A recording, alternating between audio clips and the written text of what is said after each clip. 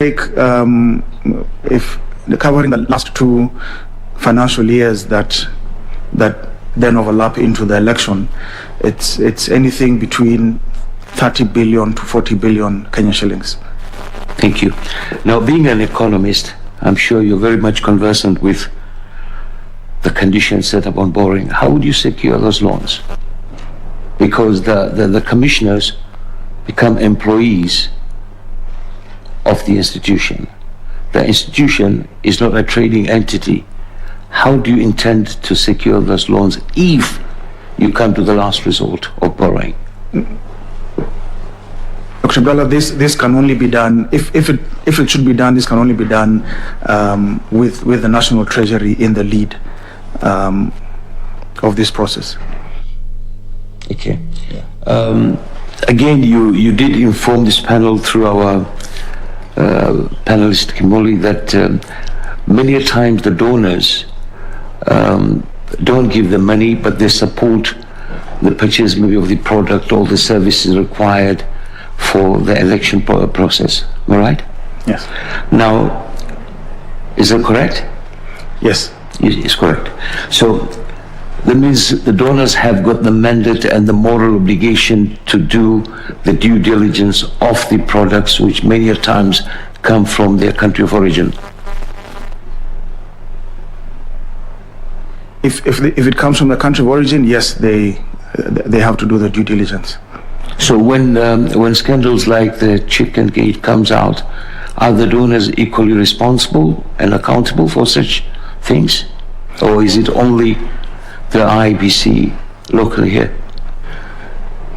Chicken Gate, if I recall, was not a donation. Chicken Gate was a transaction, was a tender process and a process for the commission to go and print in abroad. So this was a purely commercial and transaction and not a donation. Right. I appreciate that. My question is, the donors, yes, obviously, if they have to purchase items from the country of origin, is it their obligation to even see that they give the IEBC respectable organizations to deal with? If the IEBC does approach the donor for assistance in due diligence, if IEBC is procuring from a particular country, then yes, I think the donor can step in and work with the IEBC to carry out that due diligence. Thank you. Now, coming back to your biodata, I read that you have been helping and mobilizing funding for the programs in electoral matters, right? You're also assisting in designing electoral programs and mobilizing funding accordingly.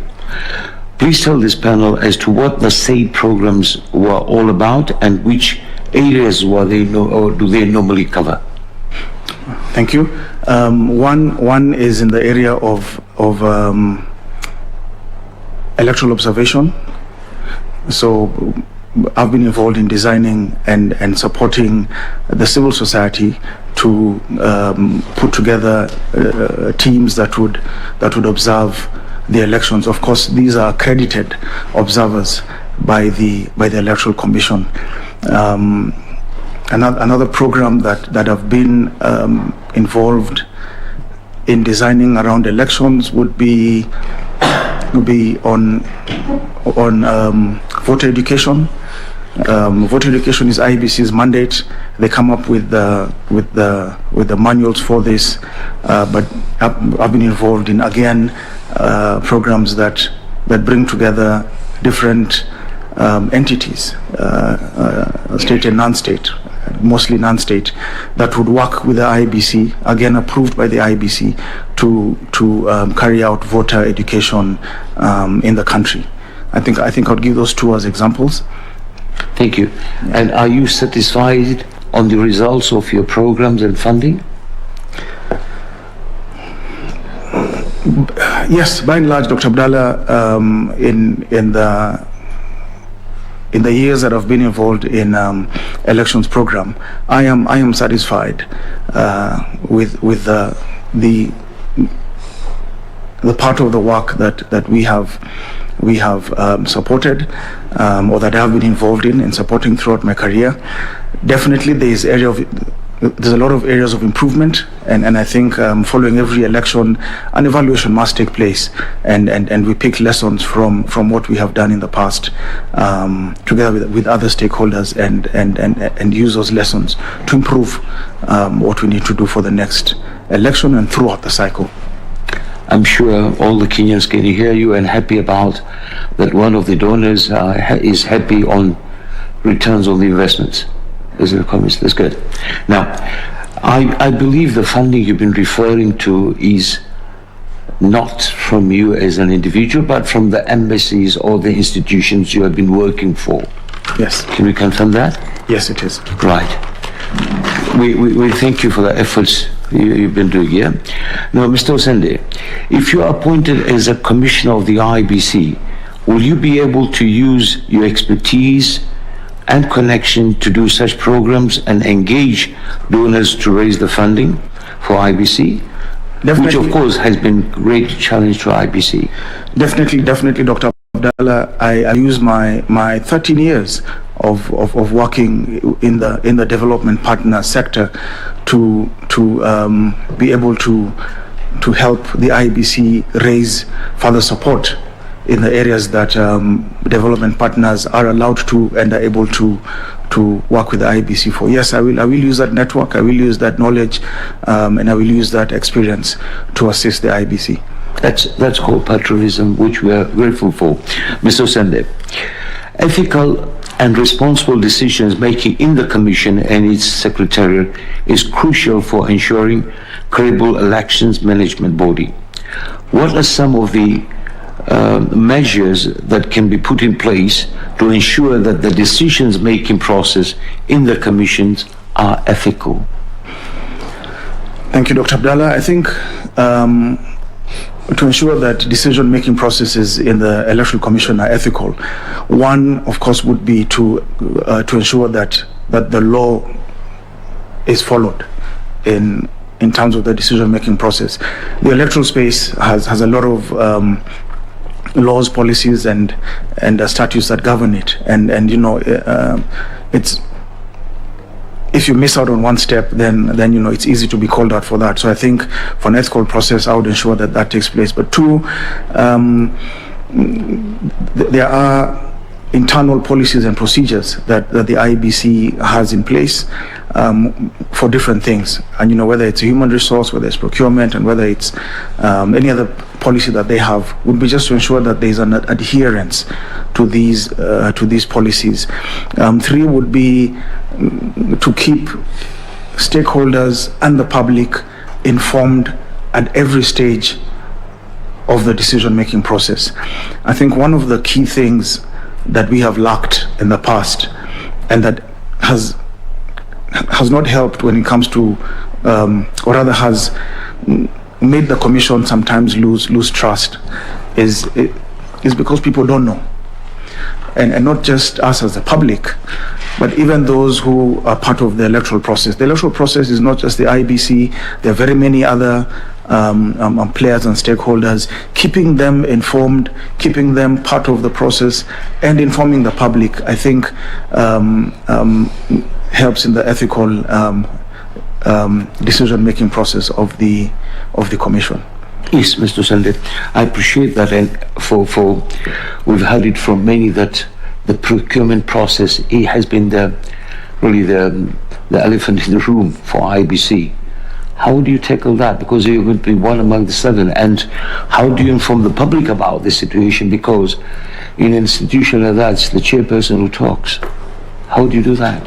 Sorry, Dr. Bala, I didn't hear the last part of the question. Right. I'm saying, you say this can be done, the law will be in place. I mean, like in procurement, the law is in place. Right?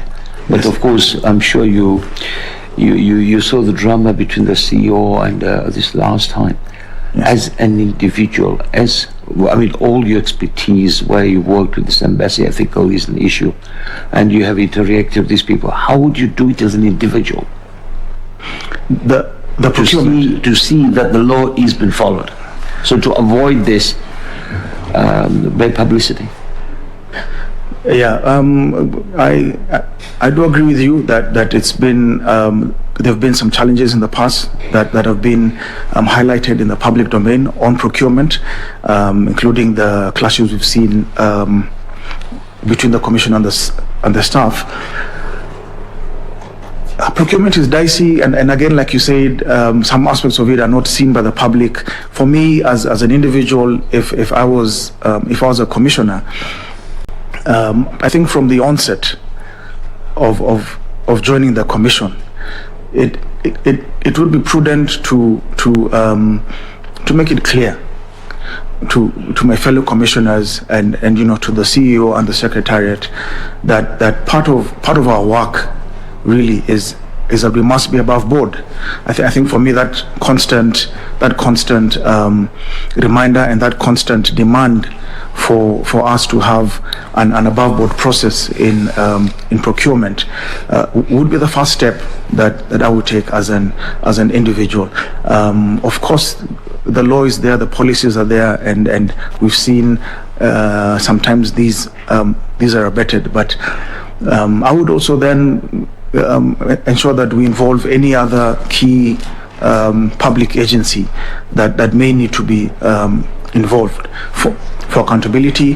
The documenting of these processes is also very important, so that there's a very clear trail about how these procurement processes have taken place and who has been involved and what the decisions are, and having these in a place that they can be referred to by the respective agencies, I think would be important.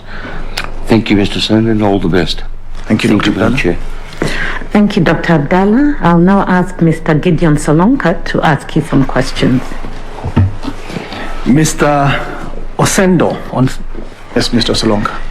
Yes, you have cited electoral management as one key strength that makes you a good fit to be a commissioner of IEBC. Now, what is your understanding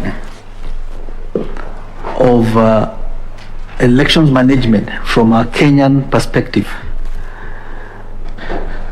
And what does it entail insofar as IEBC is concerned? From a Kenyan perspective? Yes. Well, election management is the and where IEBC is concerned, election management is the process of delivering, or rather conducting, supervising and delivering an election or a referendum for that matter, and this is a process. If you know that you have an election to deliver in 4 years, election management starts way before that, and for me includes the staff you'll hire, the equipment you'll purchase, the timelines that you'll have to keep, and the processes you'll have to do to reach the point where the election is conducted. So I think just the whole management of that process towards the conduct of an election. Now, what is voter suppression? Voter suppression.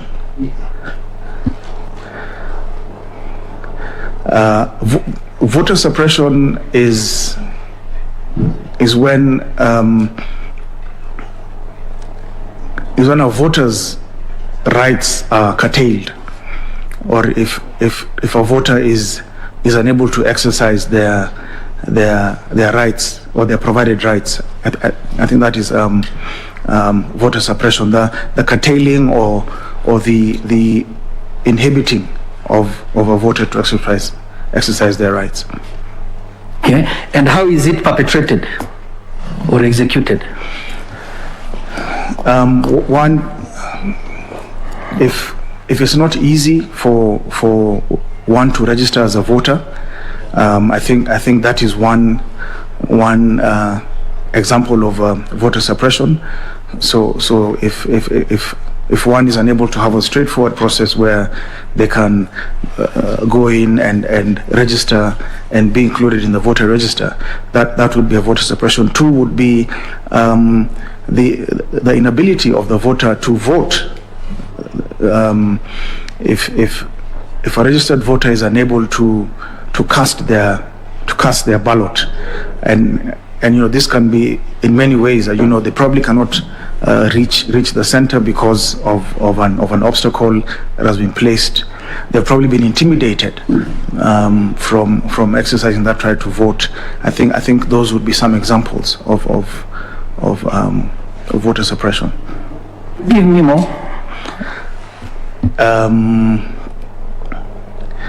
And so for voter being unable to vote, whether they cannot reach the station or whether at the station it could be a voter who needs assistance and they don't get assisted. It could be, again, I said, intimidation or violence around the region or the polling station that the voter needs to access. Those would be examples of voter suppression.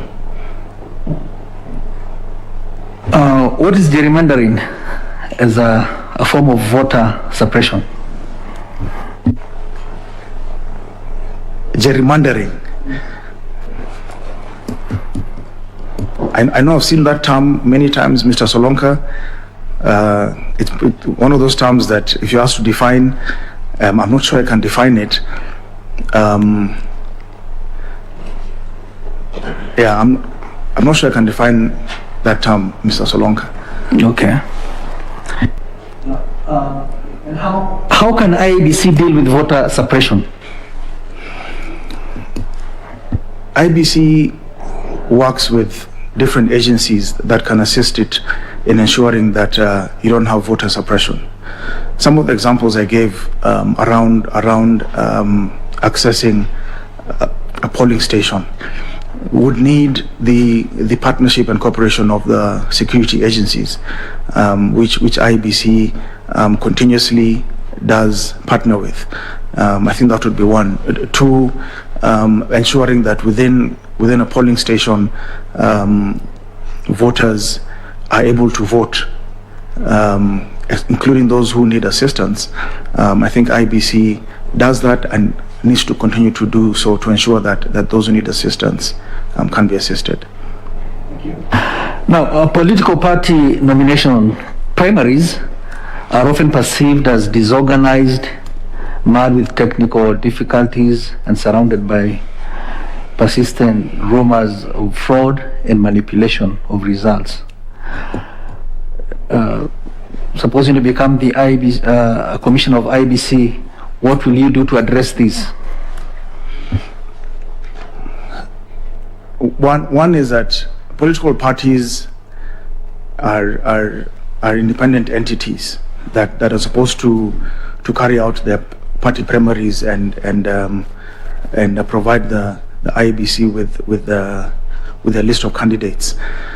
The law states that parties can request the commission to assist them in conducting their primaries, and if this request comes as a commission, and if I'm in the commission, I think it would be a conversation that we would need to have with the political parties to see how they can be assisted.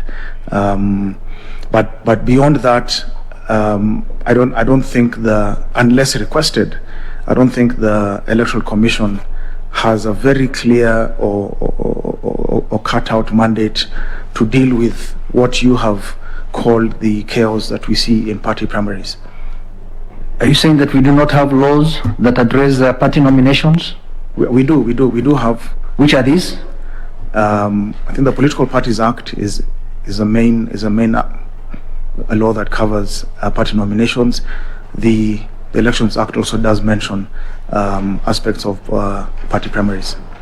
Any regulations that govern? Yes, we do. We have. Can't remember the exact term, but we do have regulations that govern party primaries. I think it's a subsidiary to the Elections Act. And I think there must be one that's also subsidiary to the Political Parties Act. You're not sure? Have you interacted with those regulations? Yes, in the past I have. In some years back, I did interact with them. Okay. Yes. Fair enough. Now, what is your understanding of an election cycle? And maybe you can give me the key stages that form an election cycle. An election cycle is the process by which we prepare for, conduct, and audit the electoral process. The election cycle has a pre-election stage, has the election stage, and a post-election stage. And the pre-election stage will. Well, let me start with the election stage. The election stage includes all the preparations that needs to be done for the election to be conducted credibly. We're looking at voter registration. We're looking at party primaries being conducted. We're looking at nominations being done by the Electoral Commission. We're looking at any procurement that needs to be done of materials, be it technology, be it ballot papers, mapping of the polling stations. So that is the election process. Then when you go to the post-election process, it's an evaluation of this election, of the election. So having an evaluation or an audit of how the election went, and that audit usually brings about lessons from different aspects. So whether it's legal reforms that need to be done to improve on what we have or where we've come from, that will be done, or policies that need to be put in place, and then the pre-election. Thank you, you've answered. Yeah. Lastly, how many wards do we have in Kenya? Wards. Yes. We have 1,450 wards, Mr. Solonka. Thank you. Thank you.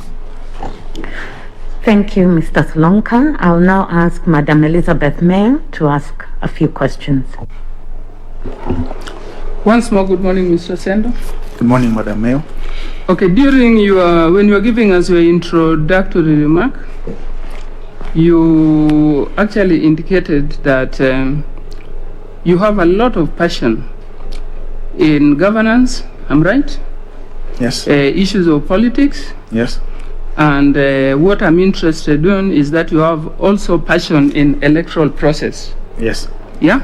Yes. So what, in your view, when you reflect back to the 2017 general election, what in your view went on well as expected, and what you as an electorate did not meet your expectation? Thank you, Ms. Mayo, for that question. For the 2017 election, let me start with what didn't go well, in my observation, if it's okay to start from there. I think one, we had hitches in the transmission of results, and this meant that the technology, while it largely worked, I think at that crucial stage, especially for the presidential results, we had that technology hitch, and I think generally for technology, it largely worked, but you had few cases of episodes where the voter identification kit didn't pick voters who came in to vote.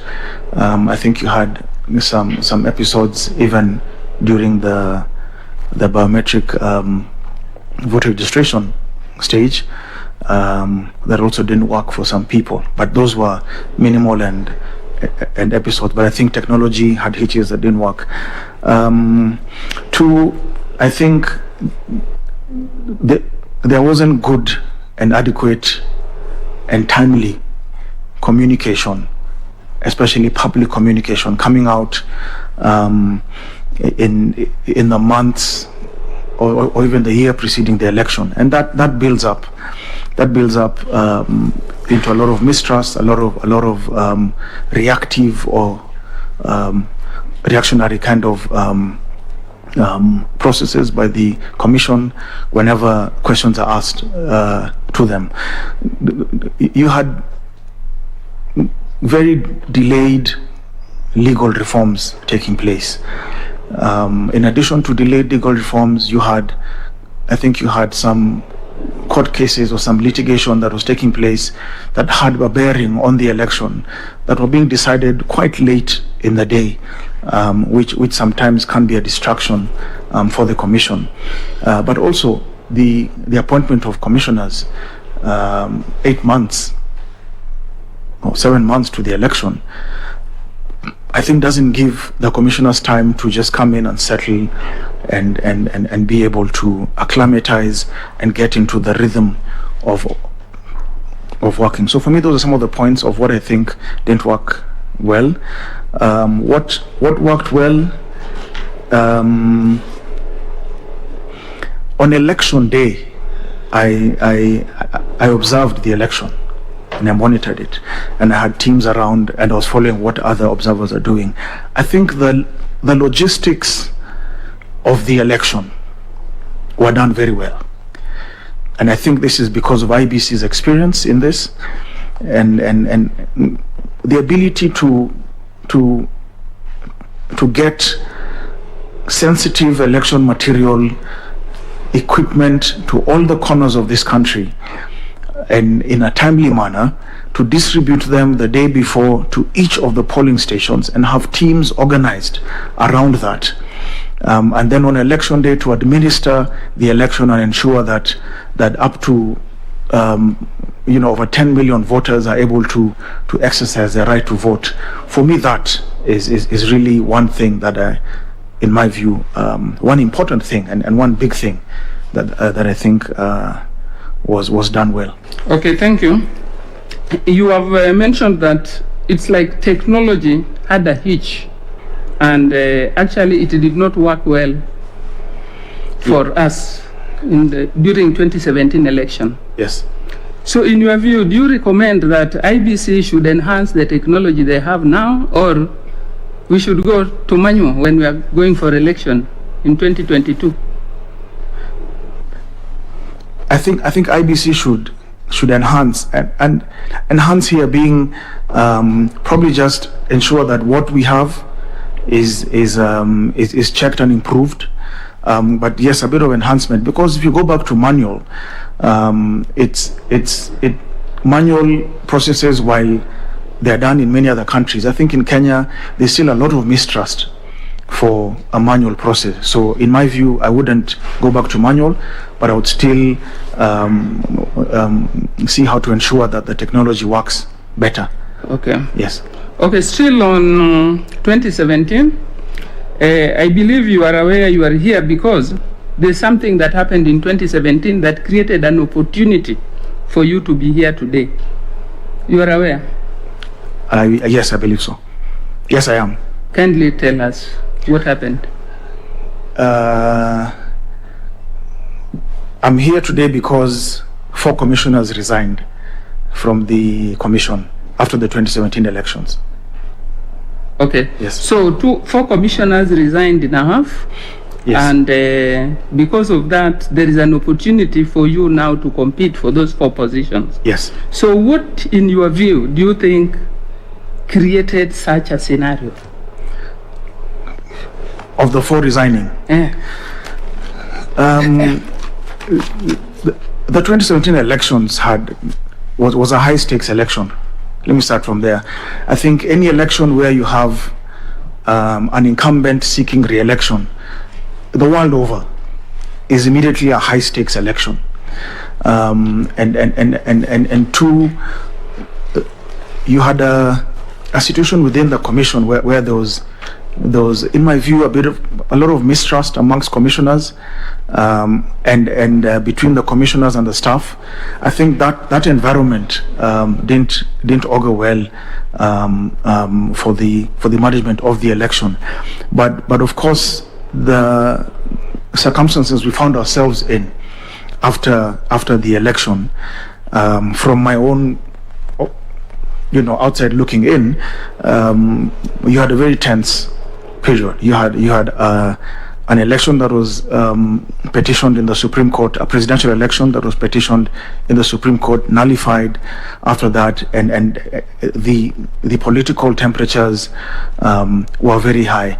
I am not so sure what was going on inside the commission at that time, but if the tensions of what we as the public were feeling just by being outside of that process, I can imagine that there must have been a number of issues that had built up to the election, and that then was the pressure was really high, that may have occasioned the 4 commissioners to resign in a half. Okay, thank you. If by good chance you are appointed as a commissioner and you join the 3 who are already there and the staff who are there, how will you address some of the issues which are affecting staff? I think if I join the commission alongside the others, the first thing would be, and I'm speaking from my own professional experience, I don't know how IEBC does it, but the first thing for me would be just to meet the staff and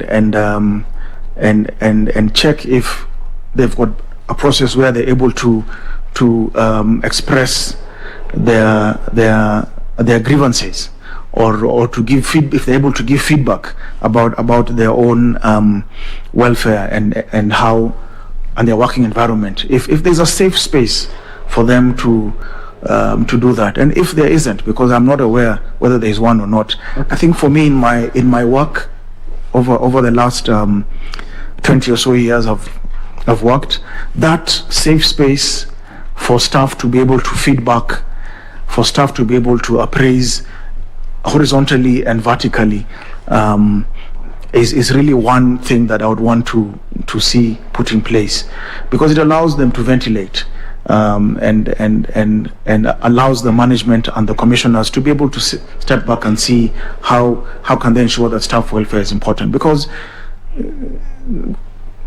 being in the commission could be a job like any other, where you need your staff in a frame of mind that would enable them to come to work and deliver on their mandate. So for me, I would use that to begin to understand what some of these issues that the staff are going through are. Okay, thank you. Now I want you to have a flashback on what you gave as part of your CV. And you said that you have worked very closely with commissioners and secretariat of IEBC. And in the year 2009 to 2015, you provided technical assistance to them on various areas, including stakeholder engagement. Yes. Kindly tell us, what kind of technical assistance did you give, and did it work for them, such that some of the challenges we saw in 2017, did they just occur because they ignored your technical assistance, or it's because of some competence lacking somewhere? Thank you, Madam Mayor. You'll notice that period of 2009 to 2015 had the referendum on the Constitution in 2010 and the general election in 2013. And during this period, of course, first you had, in 2009, you had the interim independent electoral commission. So you're coming from a 2007 scenario. Your electoral commission of Kenya is disbanded, and a new commission has been set up, totally new, under a new law, and with a clearer mandate. And one of the things I and others were involved in was to help this commission set up and start its work. So some of the stakeholder engagement work that I remember we supported included the commission's engagement with civil society, and civil society in this case would be civil society that had a programmatic interest in elections, those who went on to become election observers, those who went on to assist or to work with the commission to provide voter education, amongst other things. I remember we supported the commission's work with the security agencies. So there was a lot of training, if I put it that way, that was done for security officers and for national government administration officers, and we supported that, which of course would be venues and materials, and you had commissioners coming and interacting with these with them, and this was replicated to the 2013 election. Were these lessons picked into or towards the 2017 election? I think there was a bit of a reduction in stakeholder engagement. Sorry? It's okay. Okay. I think there's a I bit want of, you to be brief. Yes, okay. There's a bit of a reduction in stakeholder engagement towards the 2017 election. That may have been informed by circumstances within the commission. I'm not sure if it's a result of them ignoring the Okay, assistance thank you. given. Yes. So my last question to you. We have a serious risk in this country. There is a culture and expectation of handouts. And this is affecting voter education. So if you are elected and you are in charge of voter education, what do you think is the cause of people expecting handouts? The more you give, the more you have more followers. If you don't give, then you don't have followers. And how can you cure it? Thank you, Madam Mayor. Yes, I agree. This is a problem we have in the country of handouts.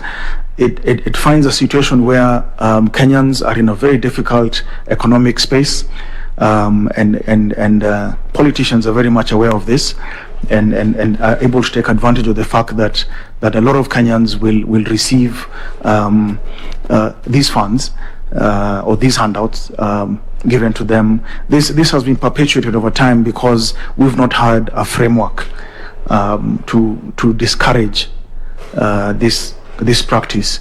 We've not operationalized a framework to discourage this practice.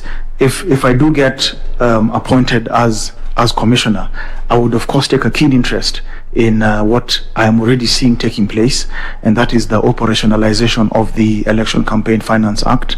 This could be a deterrent to the handout culture. I don't think it's going to be a cure 100% of the handout culture, but it could be an important deterrent to this. Okay, thank you, Mr. Sendo. Thank you, Chair. Thank you very much. Thank you, Madam Mayor. I'll now ask the Vice Chair to ask you some questions. Yeah, thank you, Con, for that session.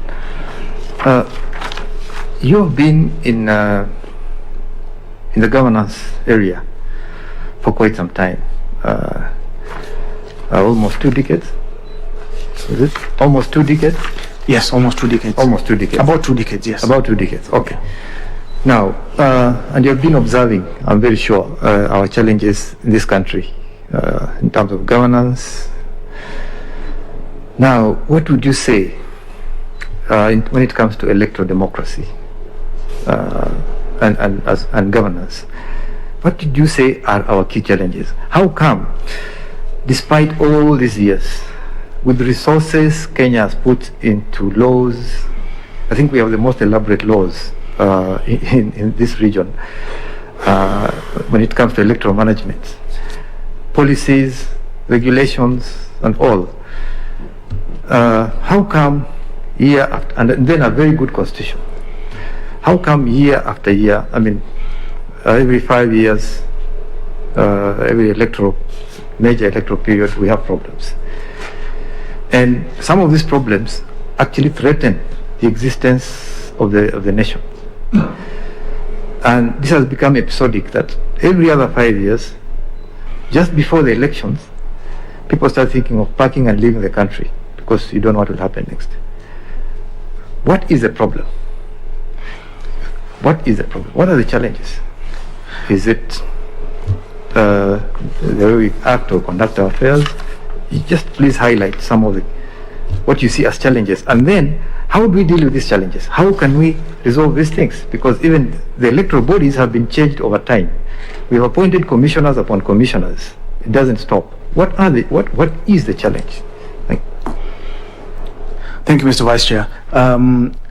Top of mind, I think the challenges we have in our governance space, one is just lack of enforcement of the many laws and policies that you have actually mentioned that we have. We have legislated on in our governance space But we have had in the past a very poor enforcement culture of these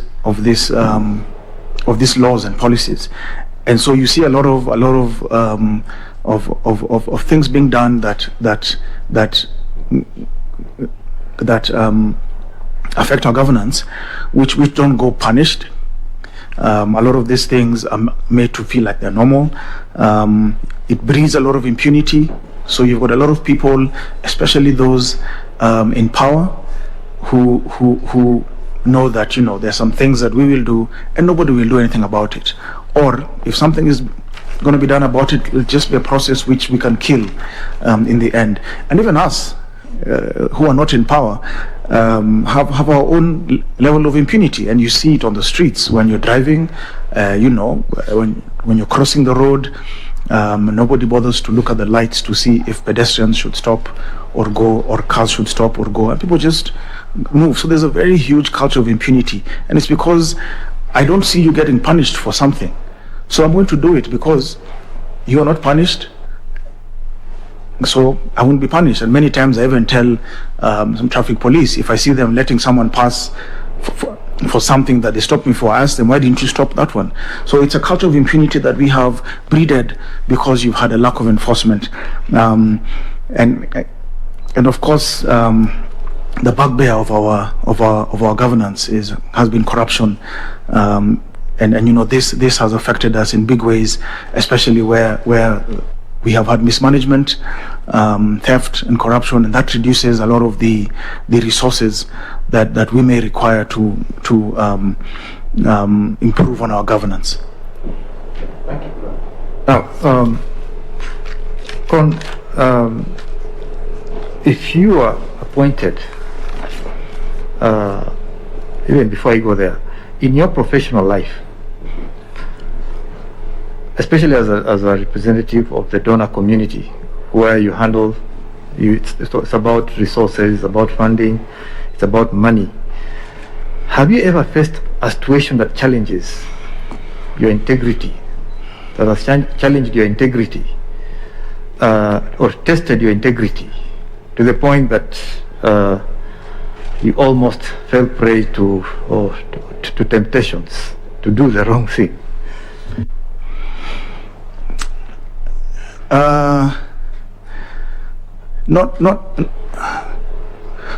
Not really. If I hear the direction your question is taking, especially where you mentioned, from the background I have in terms of where I've worked and the resources that I handle, I place a huge premium on reputation. I think before anything else, I usually just say, let me try my best and keep my reputation intact. There are if I've worked for agencies that have very strong checks. I know friends who have worked for agencies that don't have strong systems, so that in our work we approve funding to go to consultancy firms or to go to NGOs, etc. In a space where you don't have strong checks and balances, and where you give somebody a lot of discretion, it's very easy. And there have been cases out there of being able to benefit from what your employer is doing. My insistence on protecting my reputation, coupled with having worked in two key agencies that I think have very strong systems, has ensured that you don't even think about that kind of temptation. I'm one person who has also been keen on public service, and I know that your integrity as you come into public service is a major issue that anyone in the public can spring up or bring up. So the opportunities can be there, but I think the systems around it do help to curtail it. Assuming you successfully get appointed to the commission, with that background in mind, and you have colleagues who may not have similar qualities. You're in a situation whereby a tender to print ballot papers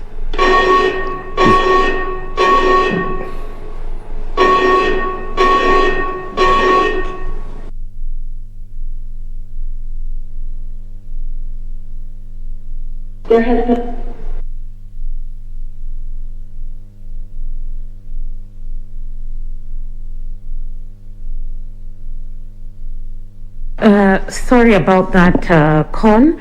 Members, that was just a test for the fire alarm. We can proceed. There is no danger. I'm sorry about that, Con. I hope you don't lose your stride. Okay, go ahead, VC. Okay, we are safe. We can continue. Yes, I'll repeat again.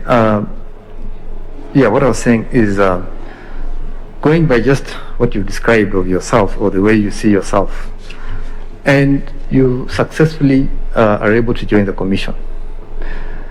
And a situation arises where the commission is just about award tenders for printing of ballots. We have 3 bidders who have been shortlisted at the final stage, and now there's a decision needs to be made to pick the final bidder. One of them is a blacklisted company based outside the country, but they offered the best, the cheapest price, cost in terms of costing. 2 others are based here, but their costing is a bit higher. The commission is highly divided. Most members feel they should go with the cheapest bidder. How would you handle that situation? Thank you, Mr. Vice Chair. You know, at the end of the day, in that scenario, we have to make a decision. The stand I would take from my experience is that, first of all, if anyone is blacklisted, even if it's a cheaper option, from my experience, I wouldn't even consider a blacklisted agency. So my personal stand would be that we look, despite then the high cost, there's a reason why this one is blacklisted, and it will give us even more problems if we go back and hire them based on them being cheaper and saving us some money, but they are blacklisted and they have some history, whatever reason they were blacklisted for. I think for me that is I would rather consider the local agencies despite the high cost, but they're not blacklisted, meaning let's give them a chance and see how that would go. That would be my stand, and if there's a division that would then lead to a decision, I would want that to go on record. I believe that will go on record. Be willing to stand alone to get it right? Yes, if I'm alone on approving the locals, I'm willing to stand alone, even if I lose and someone else takes it. And I know at the end of the day there's the collective responsibility of the commissioners for the decisions they take. But I would want to put my voice and place my reasons on the table, even if I may lose that process. And finally, have you ever been in a situation where circumstances made you consider quitting a job or dropping a contract? Yes, I've been in a circumstance where I've wanted to quit a job, and I think I eventually did quit, but it was a circumstance that made it difficult to work. But I took a while before I made the decision to quit. I think also, as a young man, you don't just want to walk out of a place without looking at the impact it will have on you, on your career, or even on the work that you're doing. But yes, I have had the instances where I have felt I want to quit in my 20 years of work. Just a bit of, can you just, some description on the kind of environments that led to that? There's one instance in, and you know, if it's okay for me not to name the jobs, there's one instance in the past where I felt I was in a point in my career. This is probably a very small kind of example. A point in my career where I was just beginning to take off, but I was in a job where we were not allowed to look outside the window, you know, to talk, because we're working with the sensitive agencies, and for me, I felt really this is not going to just make me disappear from the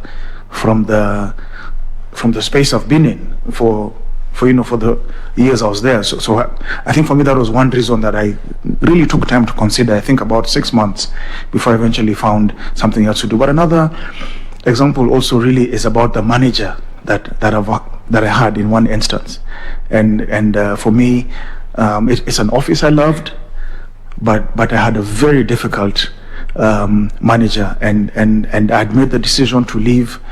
Even after the manager had left, I still had, it took a while for that feeling to go, but it was a job I enjoyed, but a very difficult manager that I had. So those would be examples I'd give. Yeah, Mr. Machoka. The commission is a high pressure environment. Yes. Especially during the general elections. And the last election we saw 4 commissioners, the first one left, and then 3 others eventually left. How would you tackle political pressures coming from all directions within the commission, where you have to make decisions at the last minute, where you have to, you know, sometimes you step on very many toes, and some of them very powerful toes, where you face threats day and night because of decisions you are making, and you have pressures to push things in one direction or the other. How would you handle that environment? Thank you, Mr. Vice Chair. For the political pressure that comes with this job, I'm very aware of it. I've seen what commissioners and staff of the IEBC have gone through. I would want to start very early. If I get appointed into this role, I would want to start very early, having a very structured and regular engagement with the political class. Now, I know we have a forum for that called the Political Parties Liaison Committee. The one thing that doesn't seem to be working here is that political parties have tended to send officers from the party who don't have decision-making power, who don't have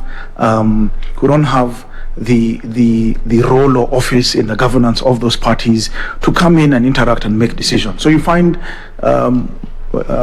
sometimes officers who are sent who are unable to take a decision there, or who are unable to go back and pass on what needs to be done, and many times it looks like that engagement hasn't taken place. I would still work with that forum, but if I realize that we're not getting the decision makers, I would still find a way within the commission to ensure that early enough, in fact from immediately we get in, that we have a periodic, even if it's once a month, engagement with the political class. Make this where possible public, so that the public also sees that the commission is engaging with the political class, but also include all the other players in making an election successful.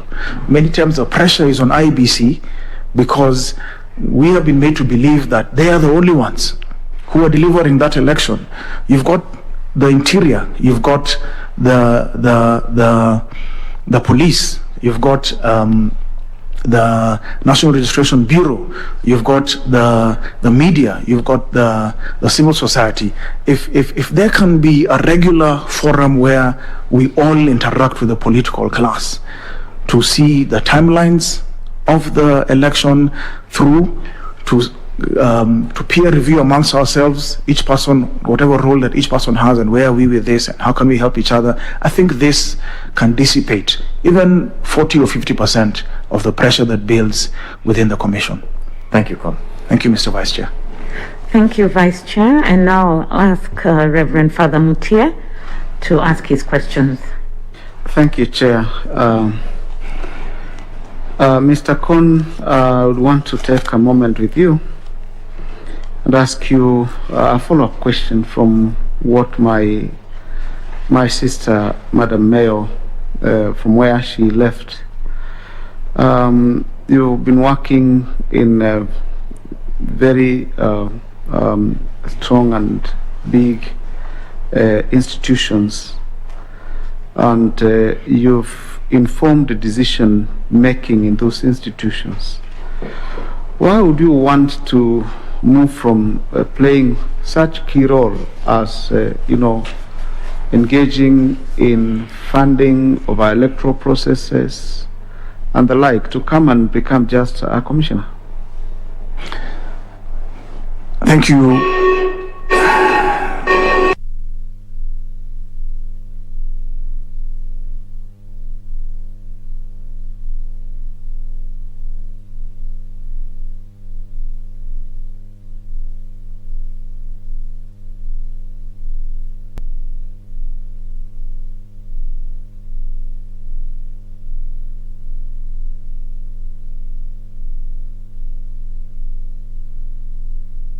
May I have your attention?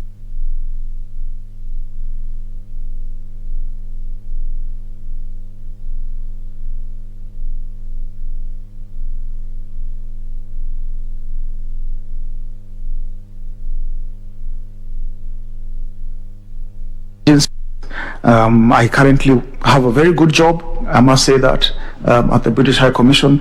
My jobs have made me work closely with the public sector. I've worked in civil society, I've worked in development partners, I've worked in private sector. I would want, it's one thing interacting with the public sector and another thing being in the public sector. I would want to work in the public sector just to begin to appreciate and understand how that place works. But this combines very well with my purpose, and for me, I am living my purpose now, in that my interest and passion for governance and public policy, being able to work in that space now and to be paid for it.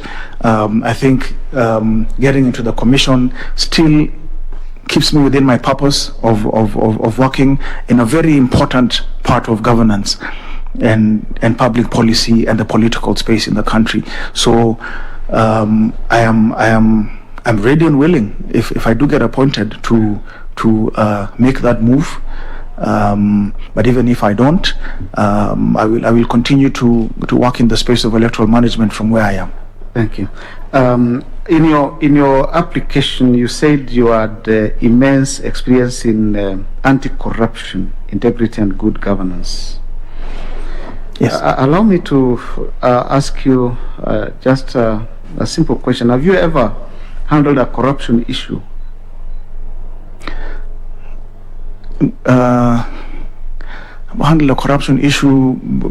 No, because a lot of my work had been more from a research perspective. But even in my personal life, I've not handled a corruption issue. Did you mean like investigate one, or? I mean, as in, if a corruption issue, has there been any corruption issue reported to you, and how have you handled it?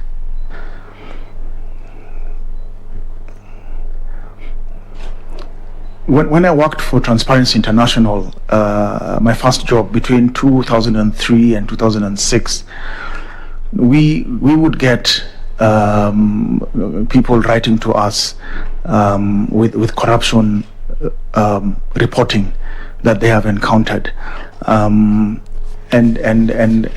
I recall one incident where in 2003, when you have now a new government, a politician from the previous government came to the office and I was the only one in the office, then he came to complain that all his businesses are now being taken away from him. And you know, this is a politician who we had read in the news is very corrupt. And you know, I sat there, this young, I don't know, early 20s, first of all awed by his presence, and then wondering, how do you handle this? But when that came, I was able to have him write a statement, which then I lodged with my colleagues. Otherwise, apart from that period where I worked with Transparency International and receiving a lot of the public kind of reporting, which we would then send to the different agencies, there's no other instance I've handled. Thank you, Mr. Kon. And lastly, many times people take shortcuts to compromise on integrity due to fear of failure, limitations of resources and time. What do you do in such situations so that you maintain your integrity while at the same time ensuring that you do not fail or in the task that you know is at hand? I think for the Mutia, if I've understood you, yes, it's very tempting to take shortcuts because shortcuts get you into places faster, or you get kickbacks and etc. I think it's a personal decision. First, I think the issue of integrity is a personal decision, and you know it takes me back to what the vice chair had asked about you being there, but there could be others who don't have that experience or that thinking. I would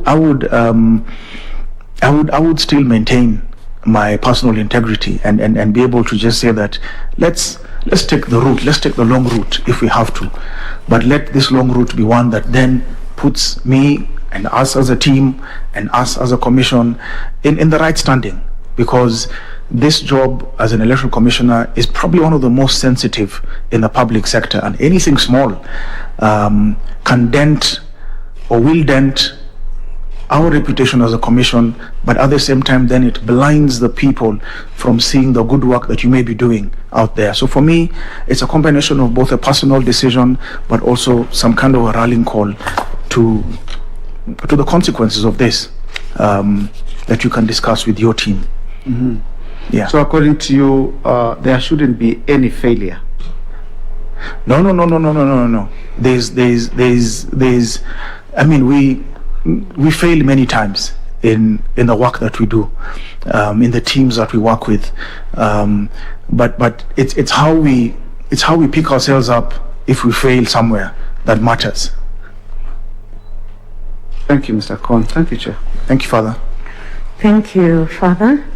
Kon, we have now come to the end of your oral interview. I can invite you to make any remarks you might want to make to the panel at this time. All right. That was intense, but just to thank you, Madam Chair, and the distinguished panelists here for the opportunity to be shortlisted and to sit before you and present myself.